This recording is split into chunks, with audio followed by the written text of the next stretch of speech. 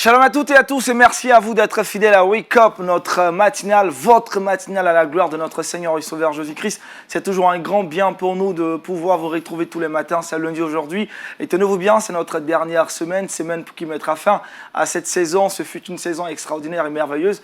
Le clap de fin, ça sera ce vendredi. Mais pour l'heure, nous sommes avec nos invités ce matin. Pasteur Assemia Don Amos, shalom. Shalom. Vous allez bien? Tout va bien. Merci d'être avec nous ce matin. Merci. Jean-Richard, bonjour. Bonjour Aniel et shalom à tous. Comment on va? Très très bien, merci. Gloire à Jésus-Christ. Et puis notre invité du jour, Monsieur Ayoua Lucien. Shalom.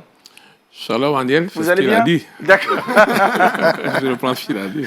D'accord, vous allez bien, hein? Très bien, merci. En tout cas, merci d'être nôtre ce matin. C'est nous qui vous remercions. Ça fait plaisir. Merci. Paul Félicia, bonjour. Bonjour Aniel, shalom à tous. Comment on va? Très bien, par la grâce de Dieu. Gloire à Jésus-Christ, de très beaux sourires ce matin sur mon plateau. Jean-Richard, de quoi est-ce qu'on parlera aujourd'hui avec toi dans Culture Actuelle, le saviez-vous? Dans Culture Actuelle, nous parlerons littérature. On va parler d'une question assez épineuse, la thématique de l'argent. On présentera quelques ouvrages qui abordent cette thématique. Question d'aider quelqu'un qui nous regarde. Et puis dans le saviez-vous, on va parler notamment de la Bible, de la lecture de la Bible. La lecture de la Bible, sujet très intéressant. Paul Félicia, juste à côté. Dans le Trickbox. Dans le Trickbox aujourd'hui, on va parler de la gestion du temps. Quelques astuces pour bien gérer son temps. Super, je pense que tous nos invités ici ont peut-être une très bonne gestion du temps. Ils sont arrivés très tôt le matin déjà. Pour être à l'heure à cette émission. Avec Monsieur Ayoua Lucien, je précise qu'il est le président du Full Gospel. Nous parlerons du business, d'homme d'affaires, le thème qu'il va développer avec nous dans l'invité du Wake Up, avantage pour l'homme d'affaires chrétien pendant cette pandémie. Mais dites-nous déjà, c'est quoi le Full Gospel? Oui, merci bien Aniel. La communauté internationale des hommes d'affaires du plein évangile, c'est une association d'hommes d'affaires chrétiens. Et répandue à travers le monde entier. L'histoire commence en 1952 où on observe que dans le milieu professionnel, Dieu est carrément absent. Et à cette époque, c'est des hommes seulement qui sont au poste de travail, au poste de décision, au poste politique. Alors pourquoi ne pas faire en sorte que ceux qui vont prendre des décisions, qui vont forger l'avenir de nos nations, ceux-là impliquent Dieu dans leurs responsabilités et dans leur profession. Voici comment commence l'histoire de la communauté internationale des hommes d'affaires du plein évangile. C'est ainsi donc que, en tant que membre, notre fonction, notre mission, c'est de faire en sorte que dans tous ces immeubles que vous voyez, dans toutes ces usines que vous voyez, dans tous ces cabinets médicaux que vous voyez, dans tous ces gouvernements que vous voyez, nous, en tant que laïcs, professionnels, ambassadeurs, politiques, nous faisons en sorte que la voix de Dieu retentisse. Et qu'à travers les individus qui sont des professionnels, qui sont des diplomates, des politiques, des ingénieurs, des médecins, Dieu puisse manifester sa réalité et manifester sa puissance dans ces différents endroits cités. Parce qu'un grand nombre ne pourra jamais accéder les pasteurs, j'allais dire, la méthode traditionnelle de l'Église ne pourra jamais toucher un certain nombre de professionnels, Justement. un certain nombre d'affaires. Donc, il faut utiliser ces professionnels-là acquis à la cause de Dieu, transformés par Dieu, pour que dans un témoignage de puissance, un témoignage de vie soit capable d'impacter les gens avec qui ils sont dans les milieux professionnels. C'est ça la communauté internationale des hommes d'affaires du plein évangile. Des gens qui ont reçu Dieu, et dont la vie a été transformée. Ils utilisent le témoin comme une âme puissance et ils ont pour partenaire le Saint-Esprit qui manifeste à travers les dons, le potentiel charismatique que Dieu peut donner à n'importe lequel de ses enfants qui vient à lui. Gloire Voici à la communauté internationale des hommes d'affaires du plein évangile qui est aujourd'hui le plus grand réseau d'hommes d'affaires chrétiens à travers le monde entier. Wow. Plus de 160 nations et nous continuons de faire des exploits. Nous avons l'honneur de présider en tant que vice-président international la zone ouest africaine francophone. Donc la Côte d'Ivoire est très honorée. Justement, on est honoré. Hein. Puis, nous sommes présidents nationaux pour notre pays, la Côte d'Ivoire. Super. En tout cas, merci, monsieur Ayoua Lucien. Avec vous, nous parlerons donc d'affaires, de business, des chrétiens dans ce monde et surtout en rapport avec la pandémie. Pour l'heure, vous le connaissez, c'est certainement le pasteur Assemia Don Amos. Il a un message pour nous ce matin, de quoi permettre à tout un chacun de nous de démarrer la journée avec la parole du Seigneur dans Méditons ensemble.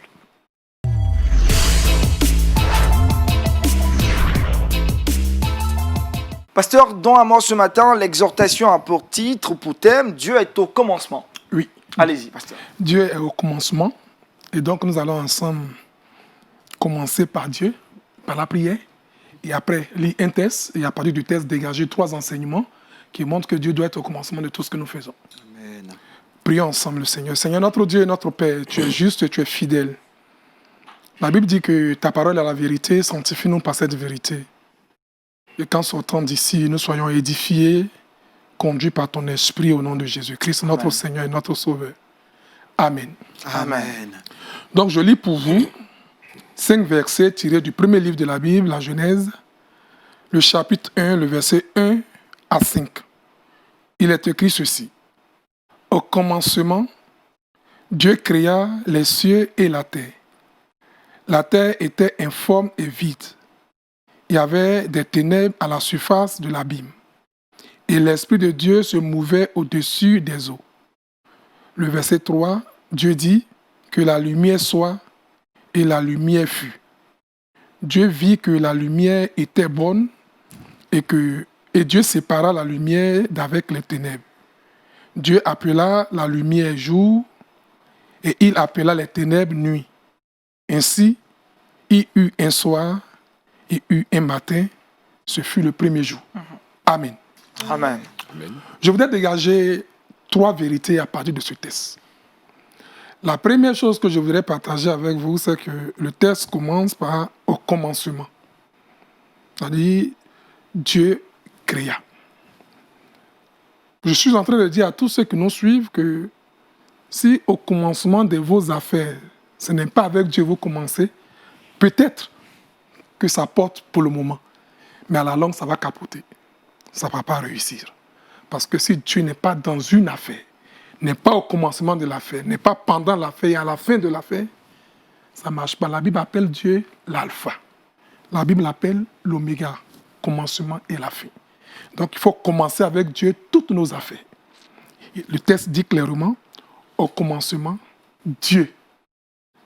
Alors j'invite tous ceux qui nous suivent ce matin de comprendre que si nous voulons mener une vie qui plaît à Dieu, c'est de laisser Dieu prendre le commencement de notre vie, la gestion de notre vie. Si nous voulons mener une affaire, c'est de confier cette affaire d'abord à Dieu. C'est vrai qu'on peut être intelligent, intellectuel, avoir fait de grandes études, avoir plusieurs expériences, mais si Dieu n'est pas là-dedans, je ne suis pas convaincu que vous irez loin. C'est pourquoi la première chose que je voudrais te dire, toi frères et sœurs, amis, vous tous qui nous suivez, c'est de comprendre que Dieu est important dans toute décision, dans toute relation, dans toute affaire. Il doit être à la tête. Et la Bible dit, au commencement, Dieu créa. La deuxième chose que je voudrais rapidement relever, c'est qu'il est le créateur. Il est le créateur. Dieu est le créateur. Ça veut dire que c'est lui seul qui mérite d'être adoré. Il n'y a aucune autre personne qui mérite d'être adorée que le Créateur. Il créa le ciel et la terre. Ce qui est au ciel est à Dieu. Ce qui est à la terre est à Dieu. Et sous la terre est à Dieu. Dieu est donc le propriétaire de ce qui existe.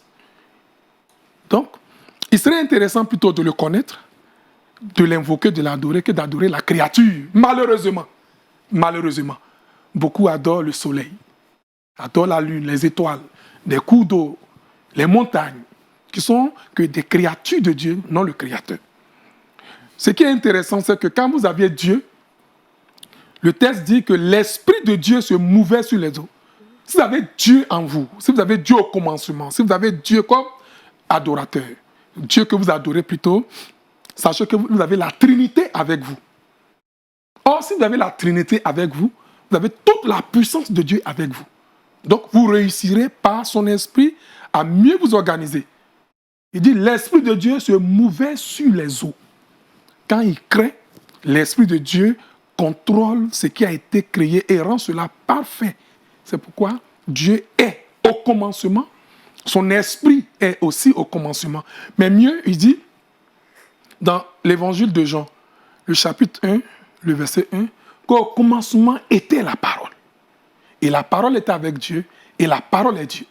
Rien de ce qui a été créé sans elle. En elle était la vie et la lumière des hommes. Et Christ, manifesté en chair, Dieu incarné, a pris forme humaine, 100% homme, 100% Dieu, va donc être la parole qui sort de la bouche de Dieu pour faire exister la créature. Donc, la Trinité est au commencement de la création. avoir Dieu dans ses affaires, avoir Dieu, adorer Dieu, c'est permettre à la Trinité de fonctionner avec vous. La troisième chose que je partage rapidement, c'est que les ténèbres et la lumière ne peuvent cohabiter. Et le texte est clair. Dieu vit que la lumière était bonne. Et Dieu sépara la lumière d'avec les ténèbres. Il sépare la lumière d'avec les ténèbres. Bien-aimé, tu ne peux pas dire que tu es lumière. Lumière parce que tu as Christ dans ta vie. Parce que tu as accepté Jésus comme ton Seigneur, ton Sauveur personnel. Comme Christ te dirige.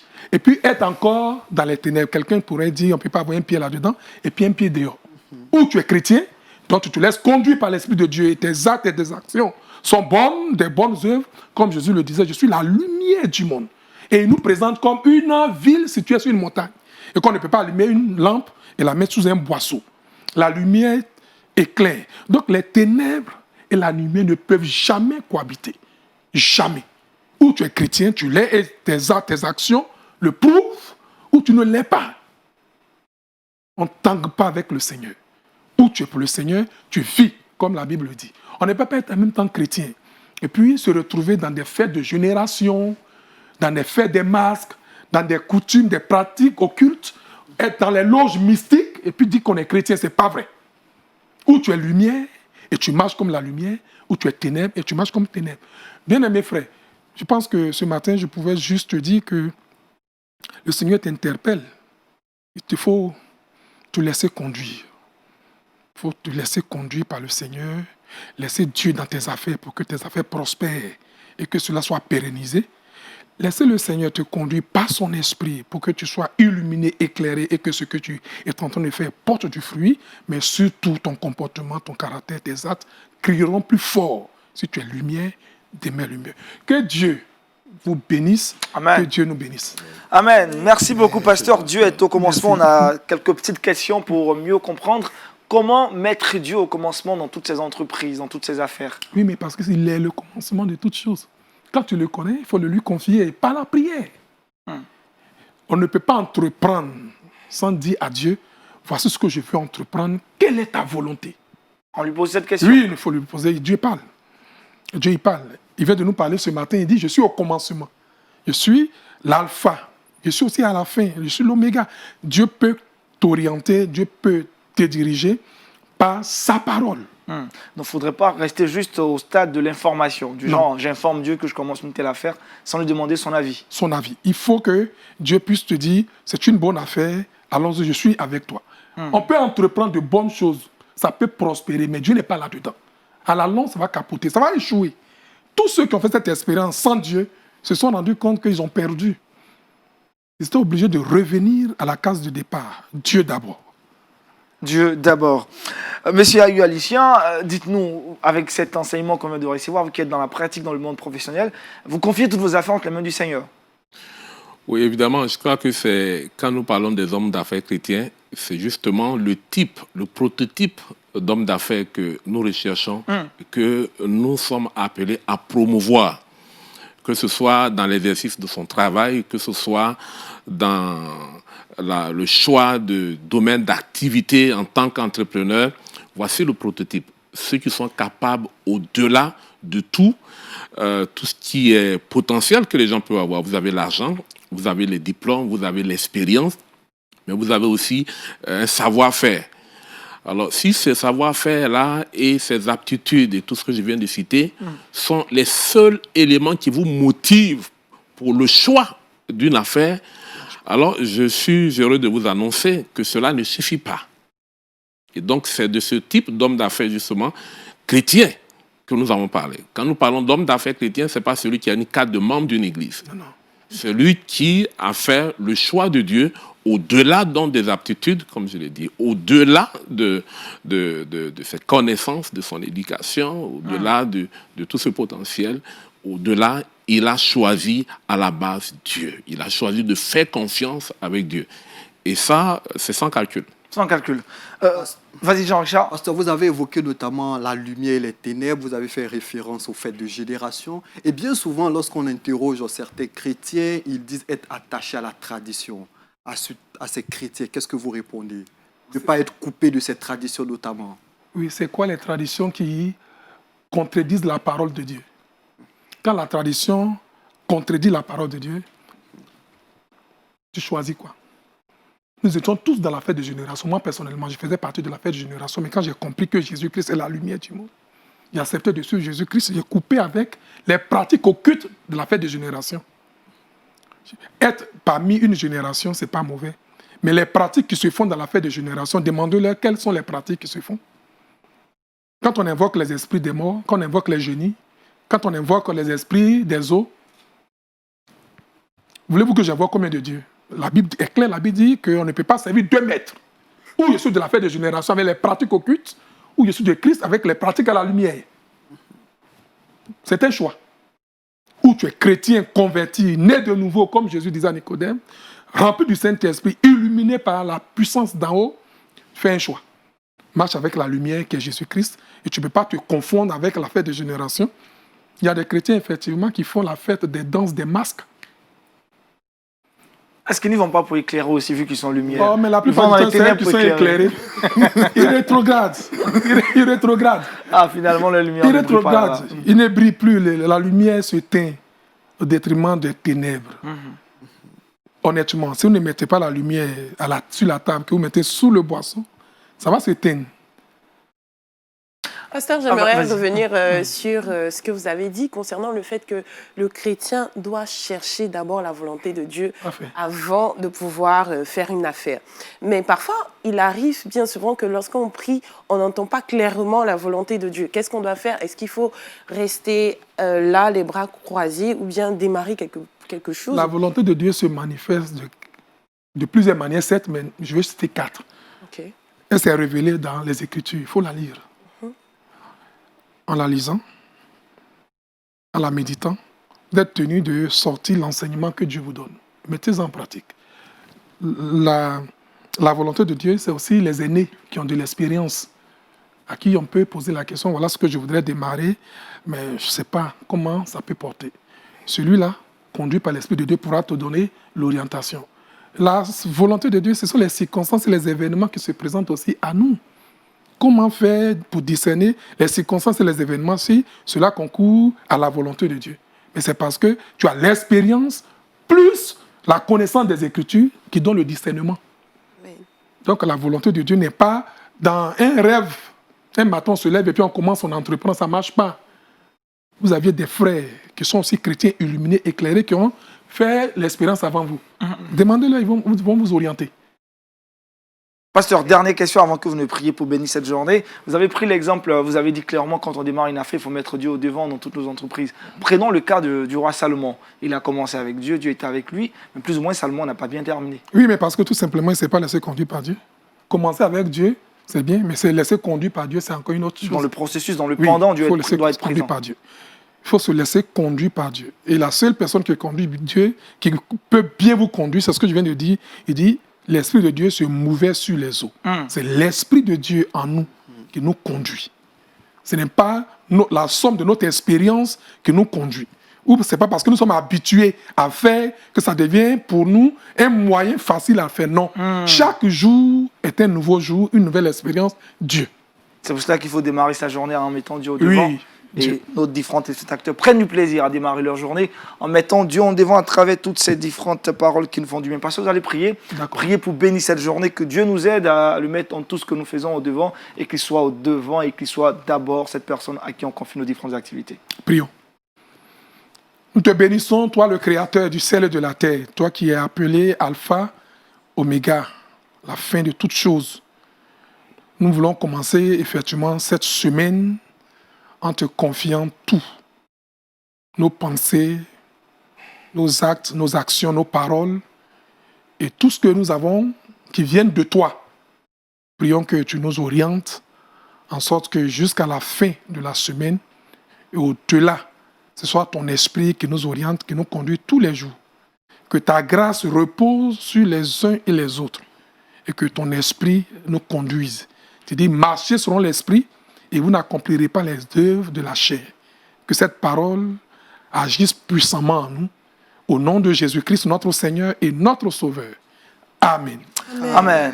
Merci encore au pasteur Don Amos. Ce matin, on a été bénis par cette exhortation. Dieu est au commencement. Parlons maintenant culture avec Jean Richard et c'est dans Culture Actu.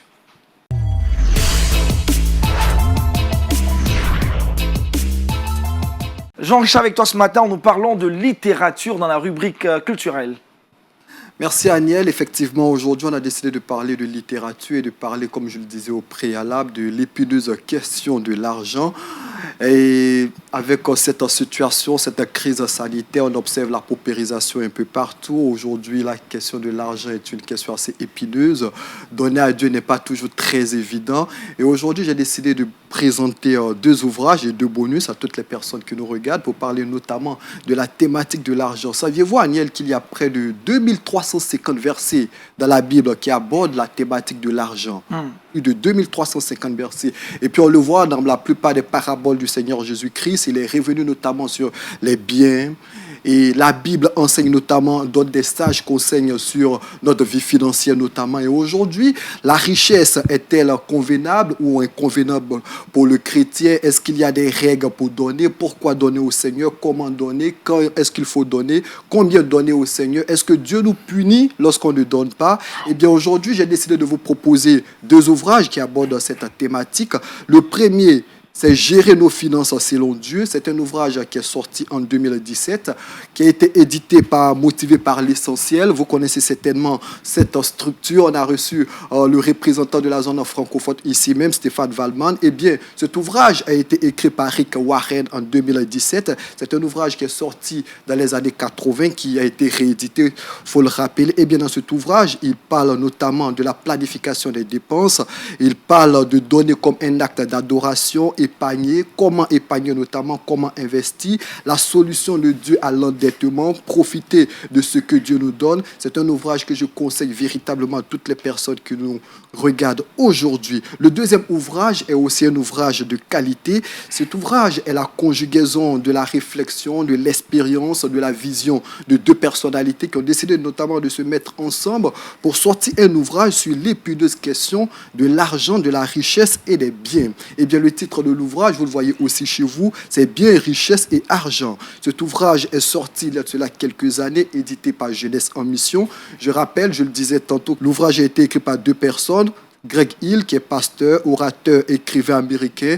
Eh bien, Greg Hill est directeur depuis plus de 20 ans d'une fondation du côté des États-Unis. Il organise des séminaires à travers le monde. Il aborde notamment les questions des finances. Et Elle Pitts, qui a travaillé pour IBM pendant plus de 19 ans. Eh bien, ces deux personnes ont décidé d'aborder cette thématique.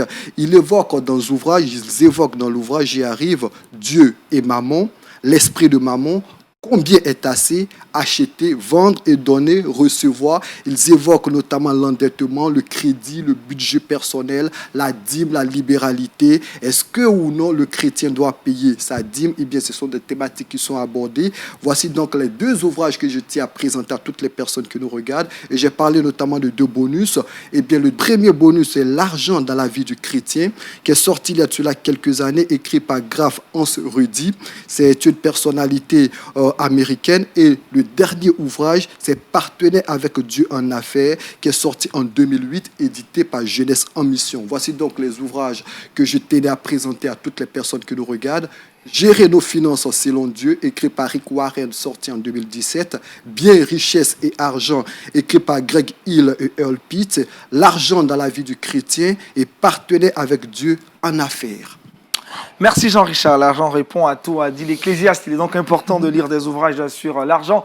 Monsieur Lucien Hua, dites-nous, est-ce que vous croyez qu'il est important aujourd'hui pour le chrétien de vraiment s'investir dans les recherches sur l'argent, mais aussi avoir une libéralité, une générosité qui permettrait à Dieu de pouvoir faire avancer son œuvre? Oui, l'épineuse question de l'argent en Afrique francophone. Francophone, vous précisez. Je précise. L'épineuse question, de quoi je parle. Je suis un leader francophone, à l'échelon mondial d'ailleurs. D'accord. Et puisque notre organisation est mondiale, donc je sais de quoi je parle et je sais combien nous sommes mis en minorité quand on parle d'argent qui consiste ne serait-ce qu'à financer l'œuvre de Dieu. Alors, ce que je voudrais dire là-dessus, c'est simple. Je crois qu'il y a une petite omission lorsque nous présentons l'argent dans notre espace francophone, qui fait que c'est devenu une sorte de totem. Nous sommes de quelque chose de très plus sacré qu'on ne le croit. Ben, on a omis simplement de dire que la Bible a dit que c'est l'amour de l'argent qui est la racine de tous les maux. Mais il n'a jamais été dit que c'est l'argent qui est la racine de tous les maux. Alors, ici, nous avons besoin d'argent pour prendre soin de nos familles, pour accomplir la mission de Dieu. Aujourd'hui, l'évangélisation, par exemple, vous ne pouvez pas faire une évangélisation à la dimension de votre foi, pour la simple raison que vous pouvez manquer de l'argent. Donc, celui qui a l'argent peut atteindre des objectifs très importants. Et cela peut nous permettre d'assurer une image digne de soi et de faire en sorte que le royaume de Dieu triomphe. Vous en savez, la communication aujourd'hui coûte très cher. Excessivement cher. Nous ne pouvons pas faire autrement que de passer aujourd'hui par les moyens de la communication pour atteindre une certaine catégorie de personnes. Or, la communication coûte cher. Il nous faut de l'argent. Donc, au plan personnel, au plan entrepreneurial, au plan de la mission de Dieu, l'argent est un besoin. Mais c'est son amour qui pose problème. Ça s'appelle la cupidité. Et donc, je pense que cet ouvrage va être très, très, très riche et utile, ces différents ouvrages, pour orienter plus. J'ai même vu, est-ce que le chrétien doit payer sa dîme ou pas? J'aurais aimé qu'on intitule « Pourquoi le chrétien doit payer sa dîme ?» Ce serait beaucoup plus ouvert que de mettre les gens dans une perspective de choix. Il n'y a pas d'alternative quand on parle de dîme à ce stade-là. À la rigueur, on n'est que loyal vis-à-vis de Dieu, C'est un sujet qui tout fait comme vraiment on beaucoup est débat, loyal vis-à-vis de nos services des impôts, par exemple. Alors, donc, il faut entrevoir la chose de façon différente. Beaucoup ne l'entendent pas de cette oreille. Voilà. Pasteur, dites-nous votre avis déjà sur la question de l'argent et sur ces ouvrages. Pensez-vous qu'il était bien inspiré pour ces auteurs de parler d'argent? Moi, je pense que c'est les ossements à nos prières. Et le frère a bien dit.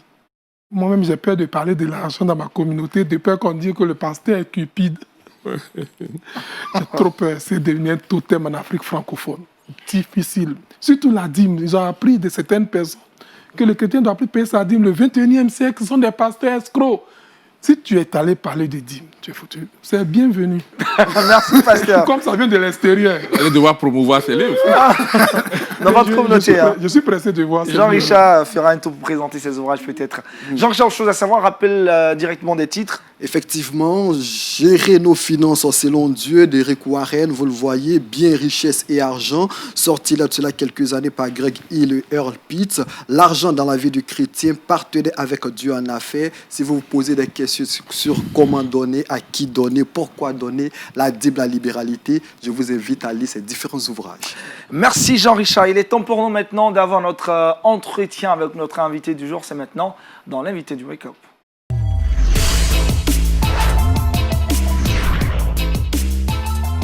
Notre invité du jour, M. Ayoua Lucien, président du Full Gospel de la Côte d'Ivoire. Avec lui, nous parlons d'avantages pour l'homme d'affaires chrétien pendant cette pandémie. Alors, est-ce qu'il y a des avantages? Le coronavirus est apparu en décembre 2019. Ensuite, c'est répandu partout dans le monde entier, frappant toutes les différentes économies. Dans cette période, est-ce qu'il y a des avantages pour le chrétien? Ça, c'est une question que vous allez certainement répondre.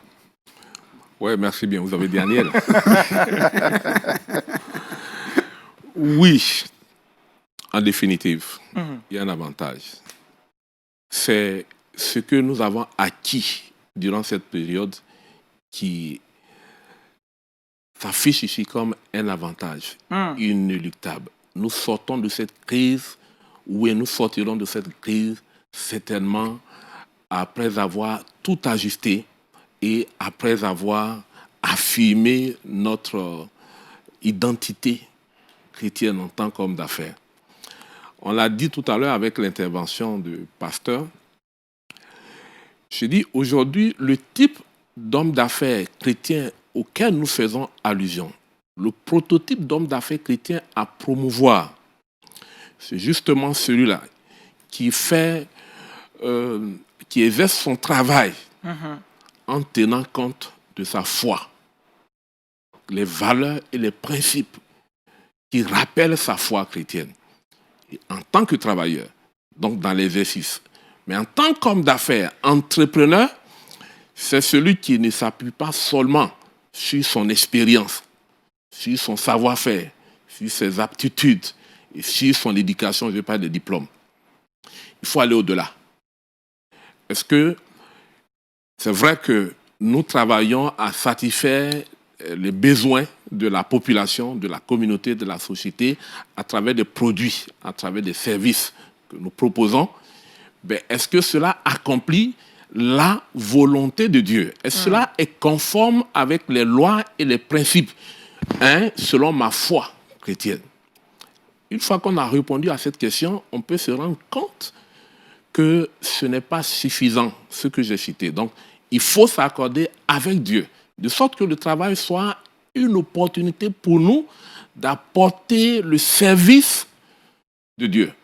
C'est-à-dire que chaque fois qu'on présente un bon produit à quelqu'un, chaque fois qu'on apporte un bon service à quelqu'un, on est en train de servir Dieu. Donc nous, les hommes d'affaires, nous sommes en plein temps pour Dieu dans nos business. Amen, amen. Parce que si nous ne présentons pas les bons produits, les autres vont proposer des produits selon leur Dieu. C'est pour ça qu'aujourd'hui, il y a des proxénètes, il y a des boîtes de nuit à gogo, parce qu'ils sont inspirés par leur maître. Il y a des gens qui font leur recherche sur la drogue. Ils sont inspirés par leur maître. Mais nous, si nous les sommes inspirés par notre Dieu, nous proposons des services qui sont conformes à la volonté de Dieu pour un monde meilleur. Voilà le type d'homme d'affaires à qui nous faisons allusion lorsque nous traitons nos thèmes.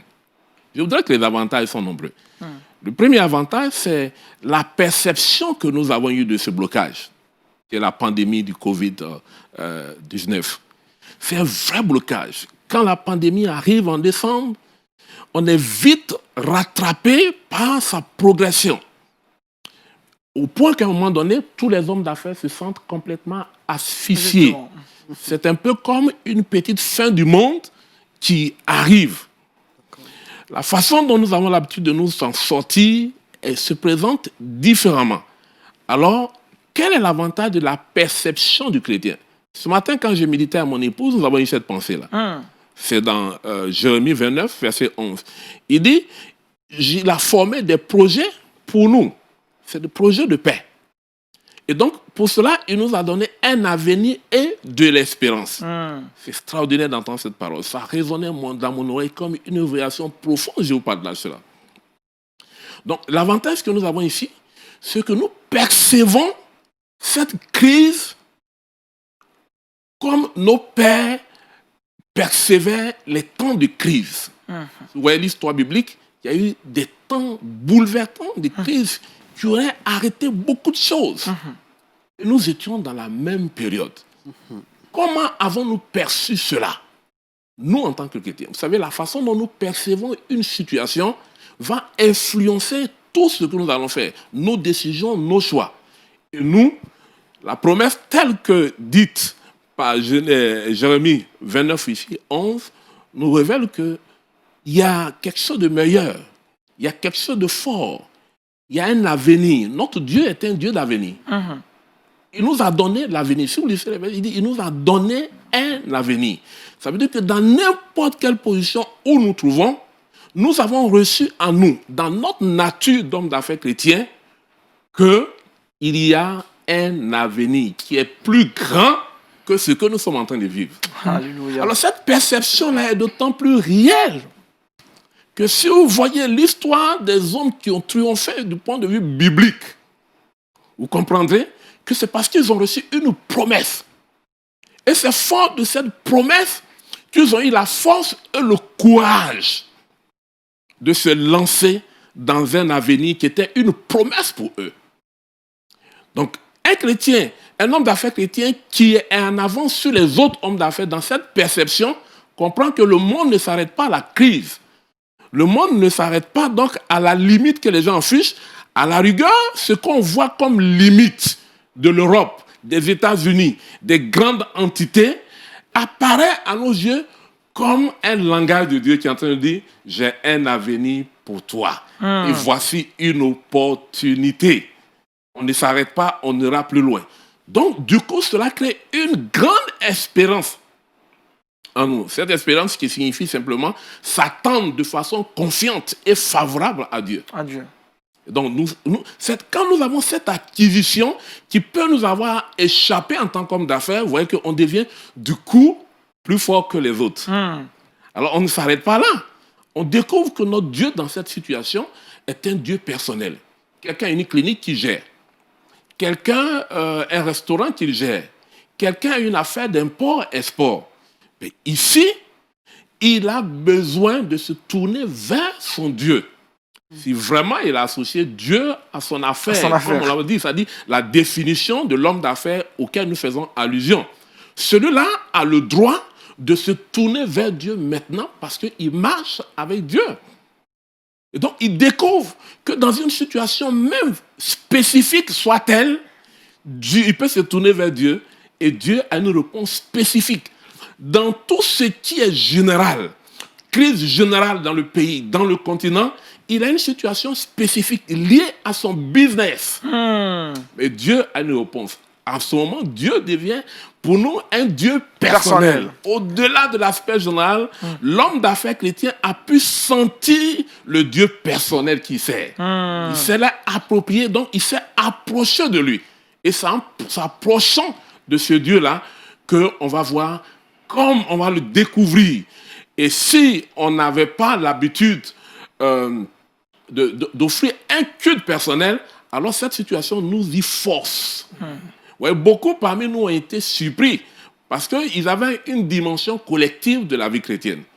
J'étais le chrétien de telle église, le chrétien de tel pasteur, mais ils n'avaient pas mesuré assez l'importance de la communion personnelle. Or, à cet instant, nous ne pouvons pas aller à l'église. Oui, oui. Alors, que sont-ils devenus? Alors, le chrétien qui a dû faire un choix a compris qu'il était plutôt nécessaire de se jeter dans les bras de Dieu et de donner le volant de son business.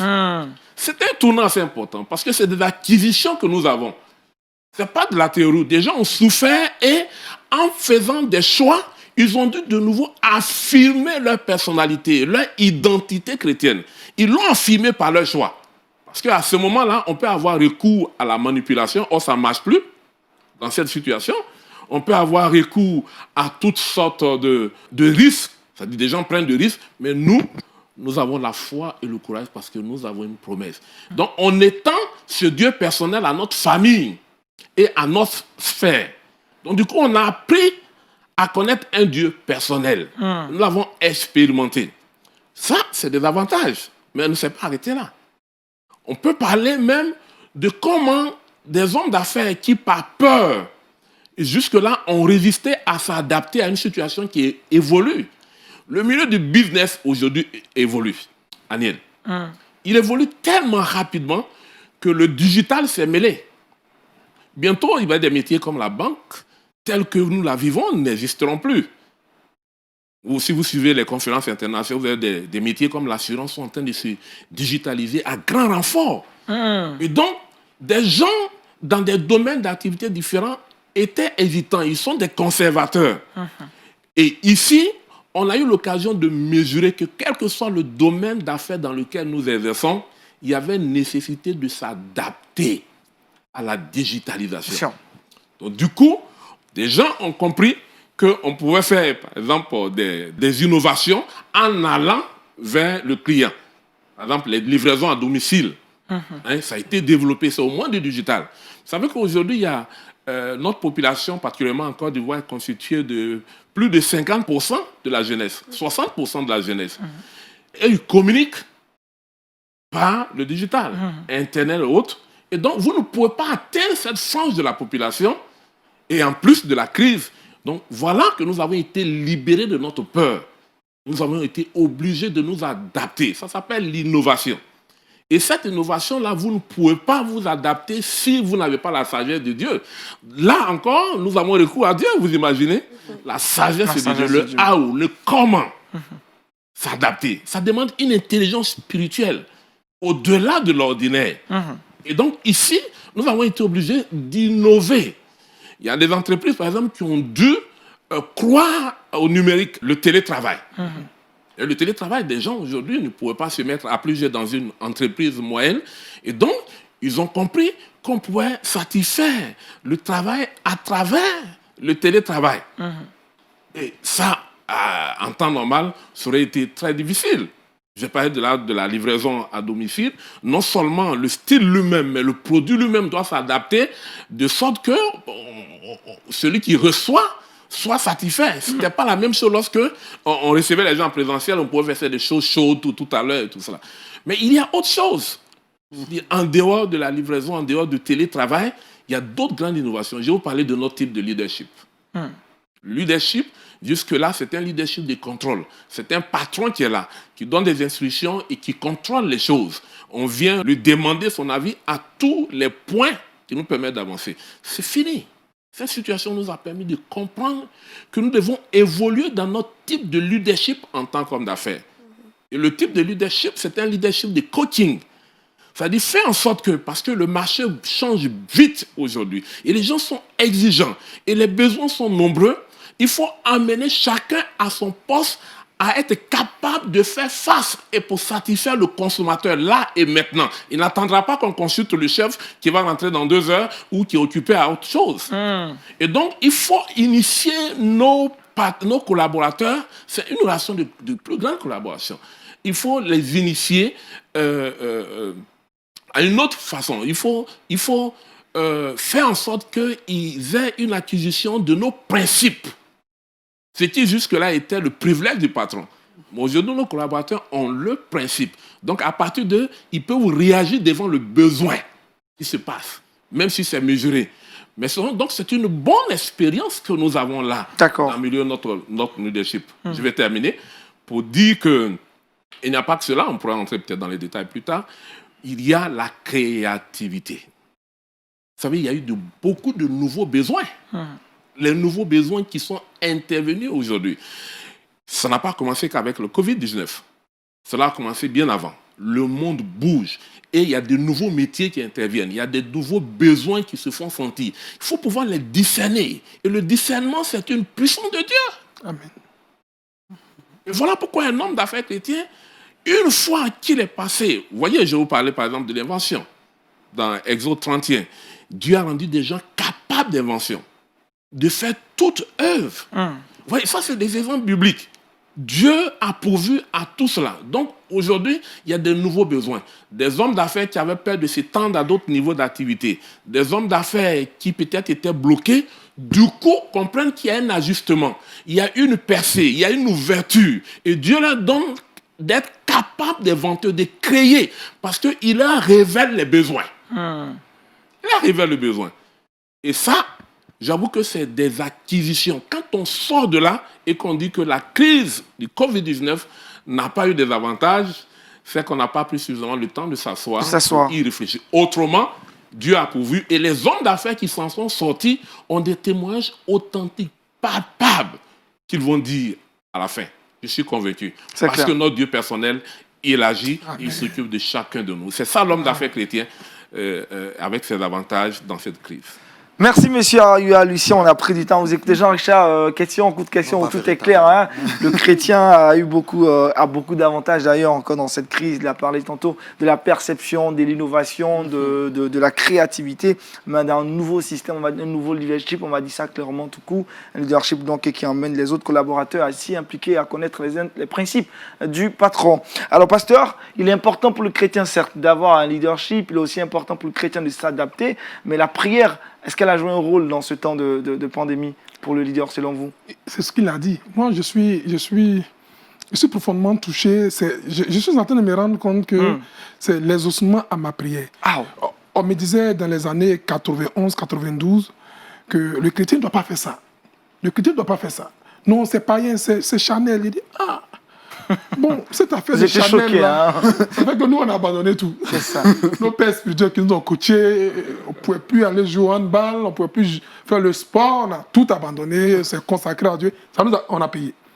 Bon, ça m'a permis de lire la Bible, de comprendre un peu la pensée de Dieu, d'être pasteur aujourd'hui. Mais sans la prière, la force du chrétien n'existe pas. La prière, c'est l'énergie que nous dégageons. C'est la vérité que nous exprimons. C'est la réalité que nous vivons. Et tout ce qu'il a dit là, c'est pratiquement la prière qui dégage, qui ouvre, qui éclaire, qui lui permet de dire ça. On peut trouver un autre moyen avec Dieu. Il a cité Exode 35, Exode 25 en parle également. Des hommes qui sont capables de faire tout parce que Dieu les a donnés. Justement. Donc, moi, je vois la place importante de la prière dans cette période de crise que nous avons De crise, traversée. de cette pandémie. Merci encore, M. Aoua Lucien. On a pris du plaisir à connaître Lucien pour tous ces différents avantages qu'on a pu retenir du chrétien, de l'homme d'affaires. Avec Paul Félicien, nous bifurquons maintenant, nous parlons d'autre chose et c'est dans le Trickbox.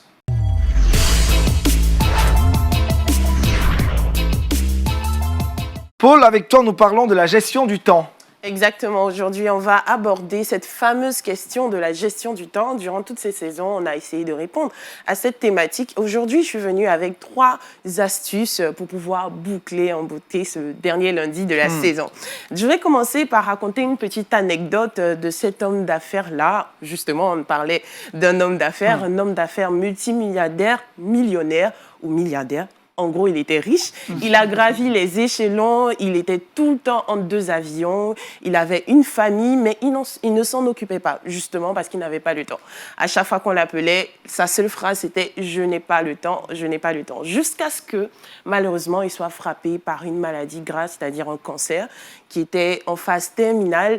Et il s'est rendu compte de ses priorités. Il a recommencé à aller à l'église, il a recommencé à prendre du temps pour sa famille, etc. Et on se rend compte qu'à travers cette histoire, la gestion du temps est vraiment importante et on se demande, est-ce qu'il ne faudrait pas prioriser, donner de la priorité justement aux choses importantes de sa vie. Voilà pourquoi la première des astuces que je veux vous proposer aujourd'hui, c'est d'apprendre à prioriser ses tâches. Voilà, c'est important. Il faut absolument, c'est indispensable de faire la différence entre ce qui est urgent et ce qui est important. Voilà, le pasteur même, il m'emboîte le pas. C'est ça, le pasteur, en tout cas, il a quelques notions de la chose. Ils ont franchement besoin de ça, les pasteurs. Voilà, donc c'est important de faire des listes, par exemple. Il faut absolument faire des listes. Ça peut paraître ennuyeux, mais c'est important de prendre une feuille de papier où on va écrire ce qui est important et on va se rendre compte que parfois, on peut remettre à la semaine prochaine les choses qui ne sont pas nécessaires. La deuxième des choses à faire, c'est de pouvoir identifier ce qui peut être des facteurs de perte de temps. Ce sont des voleurs de temps. Voilà comment on les appelle, les voleurs de temps. Qu'est-ce que ça peut être un voleur de temps? Ça peut être ton smartphone, ça peut être en tout cas quelque chose qui te perd du temps et c'est inutile. Aujourd'hui, on est dans une génération digitale, on en parlait, tout le monde est sur les réseaux sociaux, etc. Moi-même, j'avoue, voilà, j'avoue. Ça te bouffe assez le temps. Mea culpa. Je vois qu'Aniel me regarde avec Jean-Richard. Tout le temps connecté. J'avoue que je suis souvent sur les réseaux sociaux, mais il faut prendre la peine de pouvoir se discipliner dans ce sens-là parce que c'est un grand voleur de temps pour pouvoir agir et poser des actions qui sont importantes. Et la dernière des astuces que je vous propose aujourd'hui, c'est de savoir dire non. Pourquoi c'est important? Parce que savoir dire non, ça nous permet d'avoir une affirmation de soi. Il y a beaucoup de personnes, par exemple, qui vont entrer dans ton bureau, te confier des tâches, ou bien vous êtes en famille, tu es en train de travailler sur un projet, tu n'as même pas encore fini, 10 minutes déjà, il y a ton téléphone qui sonne, ah mais il faut qu'on sorte, il faut qu'on fasse ci ou ça. Il faut apprendre à s'affirmer, voilà, j'y arrive, et à pouvoir dire non. C'est important pour pouvoir gérer efficacement son temps. Justement, gérer son temps, très important. Pour les leaders chrétiens, M. Aoua Lucien, comment vous faites? Je sais que vous n'êtes pas forcément président du Full Gospel uniquement, vous avez d'autres activités. Comment vous gérez toutes ces différentes casquettes que vous portez? Avant tout, je voudrais dire à Miss, c'est formidable, je suis coach. Je suis coach des dirigeants et elle est vraiment dans notre sujet. C'est ce que vous dites aux coachés. Mais ce que nous disons, c'est faire en sorte que, pour apporter juste un additif, il faut faire en sorte qu'on fasse tous les jours ce qu'on a à faire au risque de les laisser devenir urgents. Parce que quand on ne fait pas ce qu'on a à faire aujourd'hui, on va passer tout le temps maintenant à régler tout devient urgent et on est en train de courir maintenant. On n'a aucune lucidité. Le secret, c'est cela. Super. Merci Paul Félicien. On va terminer avec Jean-Richard dans la dernière rubrique. Le saviez-vous?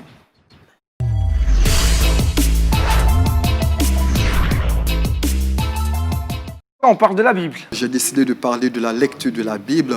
On est dans la dernière semaine de Wake Up et avec le début de la saison, on a pris notamment des résolutions entre autres la lecture de la Bible.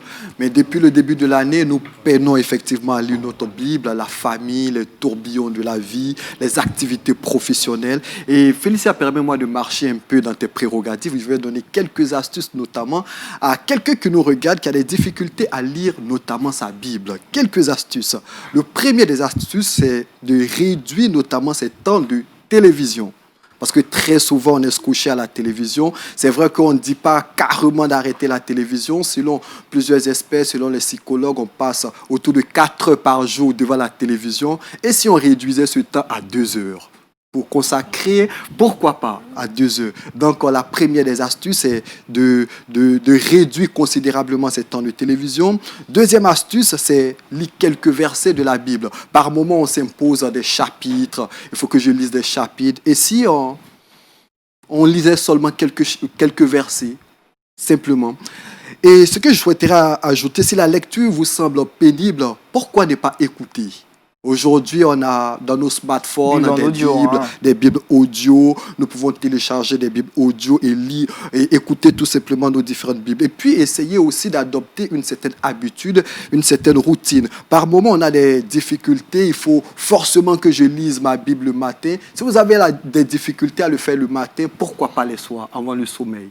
Avant de dormir, lorsque vous êtes allongé sur votre lit ou juste 45 minutes, 1 heure avant d'aller au lit, pourquoi ne pas s'adonner à cette activité-là? Et puis si vous avez du mal à lire la Bible chez vous, à la maison, midi et 2, pendant la pause, vous avez la possibilité aussi de vous donner à la lecture de la Bible. Pourquoi ne pas essayer cette astuce? Et puis, si vous avez toujours des difficultés, vous pouvez partager des moments de lecture avec des amis notamment, si vous avez des difficultés.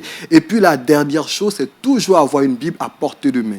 Toujours avoir une Bible à portée de main, soit dans le téléphone portable, soit dans le sac à main.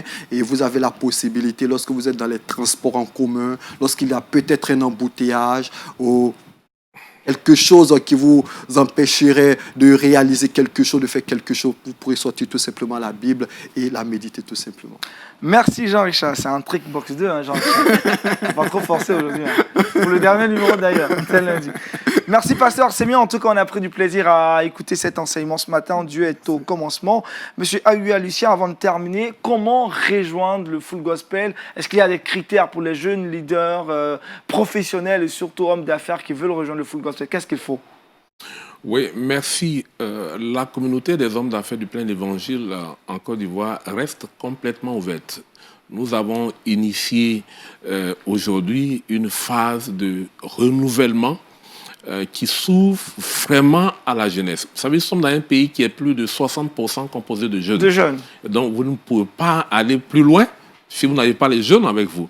C'est pour ça que les jeunes ont leur place aujourd'hui à la communauté. Homme d'affaires au sens anglo-saxon du terme. C'est-à-dire aujourd'hui, vous pouvez être un simple travailleur et adhérer à la communauté. Ok. Oui, depuis le maçon jusqu'au directeur de société, le ministre, l'ancien ministre, vous pouvez adhérer. C'est ça qui fait la mosaïque, le charme, le prestige de la communauté. Donc les gens découvrent un environnement où ils peuvent trouver du coaching, mais aussi où ils peuvent être contaminés par la soif des gens qu'on a vus de loin comme des exemples de réussite qu'on veut ressembler. Mais quand vous écoutez les témoignages, vous savez que ça a été un processus. Et donc, vous n'êtes pas dessus. Vous êtes encouragé par le processus. Moi, ça a été mon témoignage. Et donc, le processus, quand vous voyez des gens que vous n'aurez pu voir qu'à la télévision et qui vous écoutez leurs témoignages, vous dites, mais dis donc, mais ça veut dire que je ne suis pas hors de la chose. Je peux me faire également. Et donc, c'est un cadre formidable qui peut me permettre de nous affirmer en tant que chrétiens et comme futurs leaders en entreprise comme dans la vie du Seigneur. Dans la vie du Seigneur. Et ça nous permet également d'amener un grand nombre de personnes dans le milieu professionnel à connaître Jésus comme Seigneur et Sauveur. Ce qui est requis, c'est d'être chrétien. D'accord. Si vous venez vers nous, c'est le critère principal. Hein, donc si voilà, d'accord. Et n'oubliez pas que nous sommes interdénominationnels. Donc votre dénomination ne nous dérangerait pas. Pour vous que vous confessez Jésus comme Seigneur et Sauveur. Et que vous allez aspirer au baptême du Saint-Esprit et vous allez voir que ça marche. Ça marche. Alors dites-nous, c'est où le siège social rapidement, les contacts comme... Oui, nous sommes aujourd'hui en plein mouvement. Donc, notre siège social est à Koumansi. Autrement, vous nous trouverez à l'hôtel Ivotel du plateau tous les vendredis. Tous les vendredis. À partir de 18h30, nous sommes à l'hôtel Ivotel au plateau. Et puis, vous nous trouverez dans certains endroits que nous appelons chapitres. Vous savez, le Full Gospel ne se réunit pas dans des lieux appartenant à une église. Parce que si vous unissez des gens qui sont fidèles, ça et là, et que vous les mettez dans une domination, vous comprenez que ça vous peut déranger tous les parfois. coups. Et donc, nous faisons en sorte que nous réunissons dans les endroits qui sont susceptibles d'accueillir des hommes d'affaires, des hôtels, des restaurants ou des endroits neutres. D'accord. Pour l'instant, je vous donne rendez-vous tous les vendredis à 18h30 à l'hôtel Ivotel. Ivotel. Vous Merci. nous appelez aussi en contactant votre... Aniel, hein, c'est Aniel. Aniel. Tout le monde connaît votre numéro de téléphone. On va donner le numéro de téléphone de la MTV 09 309 309 que tout le monde connaît d'ailleurs. Voilà. Peut-être qu'on pourra les reconduire vers vous par Voilà. la suite. Voilà, merci. Paul Félicien, le verset boussole. Genèse chapitre 1, verset 1. Au commencement, Dieu créa les cieux et la terre. Super, en tout cas, il faut mettre Dieu dans tout ce que vous faites. Dieu d'abord pour cette dernière émission, en tout cas de ce lundi. On a pris du temps, beaucoup de temps d'ailleurs avec vous et je suis sûr que tout le monde est content. Pasteur, merci. Monsieur AU Agent, Lucien, merci encore. Je rappelle président du Full Gospel, mais aussi vice-président Vice-président international des régions, de région. Afrique de l'Ouest francophone. Afrique de l'Ouest francophone. Merci Paul Félicien, merci Jean-Richard. On se retrouve mercredi pour un autre épisode de Wake Up. Demain, vous serez avec Daniel Kragby. D'ici là, portez-vous bien. Que Dieu vous bénisse.